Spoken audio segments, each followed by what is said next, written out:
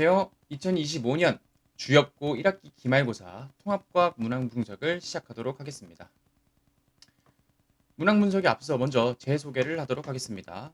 네, 저는 현재 대치 명인학원 후곡 캠퍼스와 운정 캠퍼스 그리고 체험학원 시흥 캠퍼스에서 통합과학과 생명과학을 가르치고 있는 김균돈이라고 합니다. 우선 이번 주엽고에서의 시험 범위와 우리 문항이 어디서 출제되었는지를 간단히 살펴볼 건데요. 이 단원 마지막에 있는 지갑과 생명체를 구성하는 물질, 그리고 전기적 성질, 3단원의 지구 시스템, 4단원의 역학 시스템, 5단원의 생명 시스템, 총 4개의 대단원이 출제되었다라고 볼 수가 있겠습니다. 그리고 객관식은 22문항 90점이 배점이 되었고요. 서술형은 2문항 10점이 배점이 되었습니다. 한마디로 객관식이 조금 더 많이 중요했던 시험이다라고 볼 수 있겠고요. 문제는 전체적으로 2문제와 3문제 정도로 고루고루 잘 냈다는 것을 볼 수 있겠습니다. 서술형은 판구조론과 운동과 충돌 파트에서 나왔습니다. 이번 기말고사의 총평입니다. 어려운 물리학적인 계산 문제가 없었고요. 개념적인 부분도 크게 꼬아서 내는 부분이 없었습니다. 그래서 전체적으로 우리 중하 난이도의 시험이다 라고 얘기할 수 있겠고요.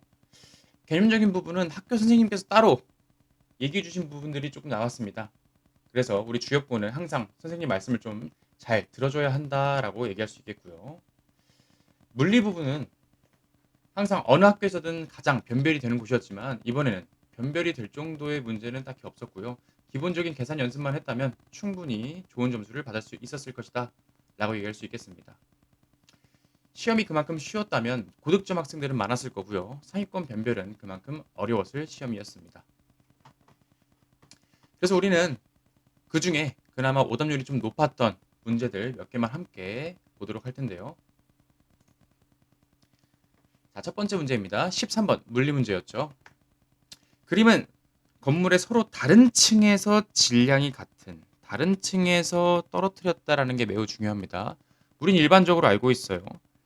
낮은 지역과 높은 지역에서 우리 동시에 물건을 떨어뜨렸다라고 했을 때 당연히 같은 수평면에 누가 먼저 도달을 하죠?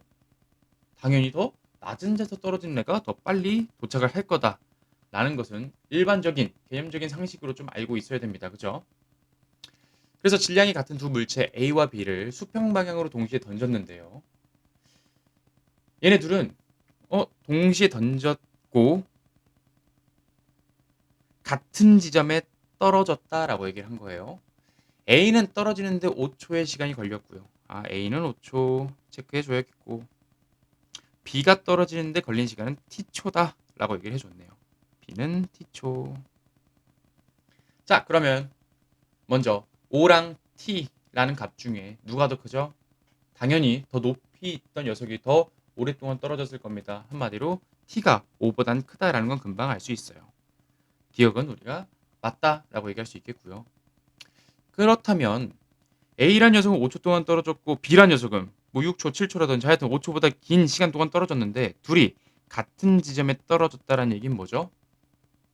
우리가 수평 방향으로 던진 물체는 수평 방향으로 가는 속력에 따라서 갈 수 있는 거리가 달라진다. 그죠? 왜? 수평 방향으로는 등속 직선 운동을 하니까. 근데 A란 녀석은 더 짧은 시간 동안 이만큼 갔고 B란 녀석은 더 긴 시간 동안 여기 수평면까지 갔다라는 뜻은 무슨 얘기예요? 당연히 B란 놈이 A란 놈보다 더 느리다라는 걸 우리가 알 수 있겠습니다. 그죠? A의 수평 방향 속력은 B보다 크니 네, 더 크니까 얘는 더 짧은 시간 동안 더 먼 거리를 왔어요라고 얘기할 수 있다는 거죠. 니은도 맞는 말. 그럼 수평면에 도달하는 순간이라고 했네요. A는 5초고요. B는 T초라고 했는데 T는 5보다 길다며 우리가 연직 방향 속력을 구하는 공식 뭐였죠? V는 GTO라고 했어요. G라는 건 중력 가속도고요. 얘는 한마디로 고정되어 있다. 한마디로 T라는 녀석과 시간이라는 녀석과 속력이라는 녀석은 서로 무슨 관계다? 비례하는 관계다라고 했습니다. 한마디로 A란 놈은 5초 동안 떨어지니까 5G라는 속력으로 떨어진 거고 B라는 놈은요. 5보다 기니까 약 뭐 6G, 7G라든지 한마디로 A보다는 더 빠른 속력으로 수평면에 도달했습니다. 라는 건 알 수 있다는 뜻이에요. 그죠? A가 B보다 작다. 라는 건 정말 잘 맞는 말이다. 아주 쉽게 풀 수 있는 문제였어요. 그 다음 16번 문제입니다.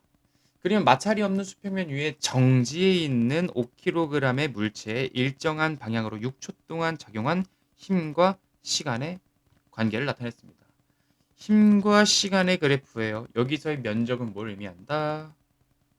충격량을 의미한다. 라는 걸 우리는 알고 있습니다. 그죠?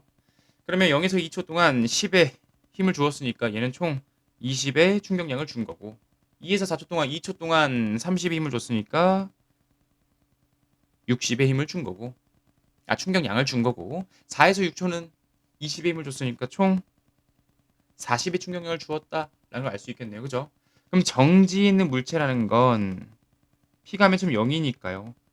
우리는 P 나중은 P 처음에 플러스 I 충격량이다라는 공식이 있다라는 걸 얘기했어요. 그죠? 왜? 운동량의 변화량은 충격량과 같으니까. 그래서 이 공식을 꼭 풀자라고 얘기를 해줬고 근데 처음은 현재 0이다라고 얘기를 해주고 있는 거예요. 한마디로 내가 준 충격량만큼 다 뭐가 된 거야? 나중 운동량으로 바뀐 거야 라는 걸 알 수 있어요. 자 그럼 4초일 때 나는 얼마만큼의 충격량을 줬나요? 0에서 2초까지 20, 2에서 4초까지 60이니까 총 80의 충격량을 주었습니다. 그럼 나의 나중 운동량은 얼마예요? 80이에요 라는 건 금방 나올 수 있겠어요. 그죠? P는 MV인데 P가 80, 질량은 얼마나 그랬죠? 우리 5kg이다 라고 나와 있었어요. 그죠? 그럼 V는 얼마니? 라고 물어본 거죠. 그러면 16m/s다 라는 걸 얘기할 수 있겠습니다. 그죠? 그러면 기억은 4초일 때 물체 속도는 16m/s니 네, 잘 맞는 말이다 라고 할 수 있겠습니다. 그 다음 6초까지는요. 총 내가 준 운동량은 얼마다? 20, 60, 40을 더해서 총 120만큼 줬네요. 그럼 나중 운동량은요? 그대로 120을 다 들고 있어야겠네. 그지? 그러면 6초일 때 물체 운동량은 120kg/m입니다. 라고 얘기할 수 있겠습니다. 그죠? 이해는 안 되겠고요. 4초부터 6초까지 물체의 속력은 감소하고 있니? 라고 물어봤어. 우리가 속력이라는 게 감소하기 위해서 어떻게 해야 되죠? 어떤 물체가 이동 방향이라는 게 있어요. 나는 오른쪽으로 이동할 거야. 근데 아무런 힘이 작용하지 않았어. 그럼 우리는 F는 0이야. 그럼 우리는 곧 등속 직선 운동한다라는 거 알고 있어요. 그죠? 그러면 만약에 F란 녀석과 이동 방향이라는 녀석이 같으면요. F가 오른쪽으로 이렇게 주겠대요. 그럼 이동 방향과 힘의 방향이 같으니까 우리는 점점 속력이 증가하는 운동을 한다라는 걸 알 수 있고요. 이동 방향과 힘의 방향이 반대면 우리는 점점 속력이 감소한다라는 걸 알 수 있겠네요. 그죠? 근데 4에서 6초까지는 현재 힘에 어떤 식으로 작용하고 있니? 일정한 힘이 작용하고 있습니다라는 거네요. 방향은 플러스죠.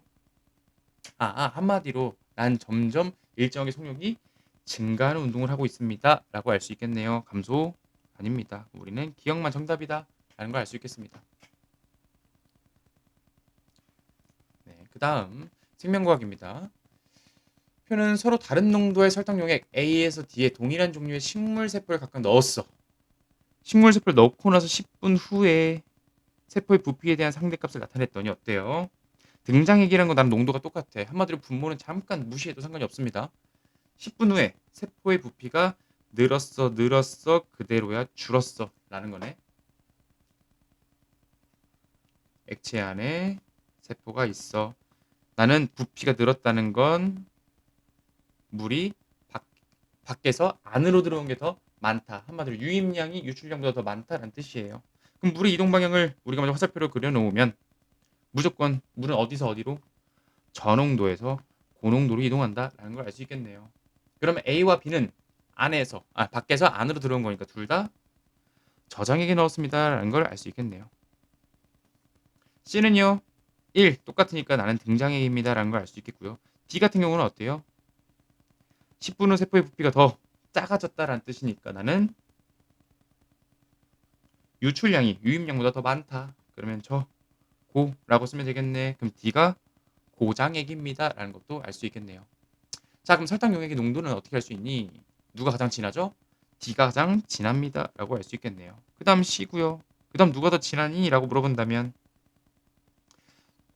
더 많이 들어오면 들어올수록 더 연하다는 뜻이니까요. 덜 들어온 게 더 진하다라는 거니까 아예 반대로 돼 있다라고 하는 걸 알 수 있겠네. 땡. 식물세포의 액포 크기는 식물세포에서의 액포가 담당하는 일이 뭐였죠? 액포는 물을 담고 있습니다. 그죠? 한마디로 세포 내부로 물이 많이 들어오면 들어올수록 액포라는 녀석의 크기는 어때야 돼? 커져야 돼 라는 거지. 그러면 언제 더 많이 들어왔니? 라는 것만 알면 되겠다. 그죠? B랑 C를 비교했을 때 누가 더 물이 많이 들어왔어? B네요. B보다 C에서 작다라고 해야겠네. 땡. D라는 녀석은요. 고장액이니까 안에서 밖으로 물이 많이 빠져나갔을 거야. 그죠? 우리가 그림 그렸습니다. 그러면 안에서 밖으로 물이 많이 빠져나가면 어때요? 세포막이 세포벽과 분리된다라고 하죠. 우린 이걸 원형질 분리다라고 배웠습니다. 네, 잘 맞는 말이다라고 할 수 있겠네요. 그죠? 자, 마지막입니다. 표는 여러 생물의 DNA 염기 조성을 분석하여 얻은 결과인데, 자, DNA 조성이라고 했어. DNA 안에는요, A, G, T, C 4개의 염기가 있을 건데, A는 T랑 무조건 상보적 결합, G는 C랑 상보적 결합이야. 그럼 A와 T는 상보적 결합이라는 건 우린 꼭 같은 수만큼 들고 있어야 돼요. 라는 뜻이고요. G랑 C도 마찬가지로 같은 수만큼 들고 있어야 됩니다. 그러면 여기 있는 표에 있는 숫자를 봤을 때 1.0이라는 숫자는 이게 뭐예요? 1.0이라는 건 같은 숫자만큼 들고 있습니다. 라는 뜻이겠죠. 그러면 타이밍이랑 똑같은 걸 들고 있는 염기 X는 뭐야? 아데닌이다. 라고 알 수 있겠네요. Y랑 Z가 똑같아. 그럼 얘네는 G랑 C네. 누가 누군지는 어차피 몰라요. 그럼 한번 보자. 자, 기억.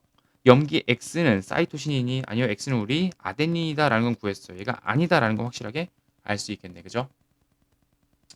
그 다음 초파리의 타이민 플러스 염기 X니까 타이민과 아데닌. Y랑 Z는요. 둘 중 하나가 어차피 뭐 구한인가? 사이토신이다라는 걸 알 수 있는데 초파리에서는 어때? 염기 Y가 G고 그냥 Z가 C다라고 한다면 G보다 A가 더 많아요. C보다 T가 더 많아요. 라는 거네요. 그죠? 그럼 G랑 C랑 더한 값과 T랑 A를 더한 값 중에 누가 더 커? 당연히 T랑 A가 더 크겠네. 그러면 분모가 분자보다 더 크니까 1보다 작다가 되어야겠네요. 그죠? 염기 X의 비율이 30%래. X는 A인데 얘가 30만큼 있어. 그러면 얘랑 상보적인 T도 30만큼 있어야지. 그럼 나머지 몇 퍼센트 남았죠? 40% 남았네. 이 40을 G랑 C가 들고 있으면 되겠네요. 그럼 Z라는 녀석은 G든 C든 20%다라는 건 우리가 알 수 있겠습니다. 그죠? 답은 디귿이다라고 하면 되겠습니다. 자, 지금까지 우리 주엽고 통합과학 문항 분석을 쭉 해보았고요. 이번 2학기 때도 마찬가지로 전체적으로 잘 내줄 가능성이 크고 또한 선생님께서 어떤 걸 설명해 주시는지 필기를 꼭 잘해놔야 고득점을 받을 수 있겠습니다. 이번 문항 분석을 통해서 2학기는 조금 더 잘 대비할 수 있으면 좋겠습니다. 감사합니다.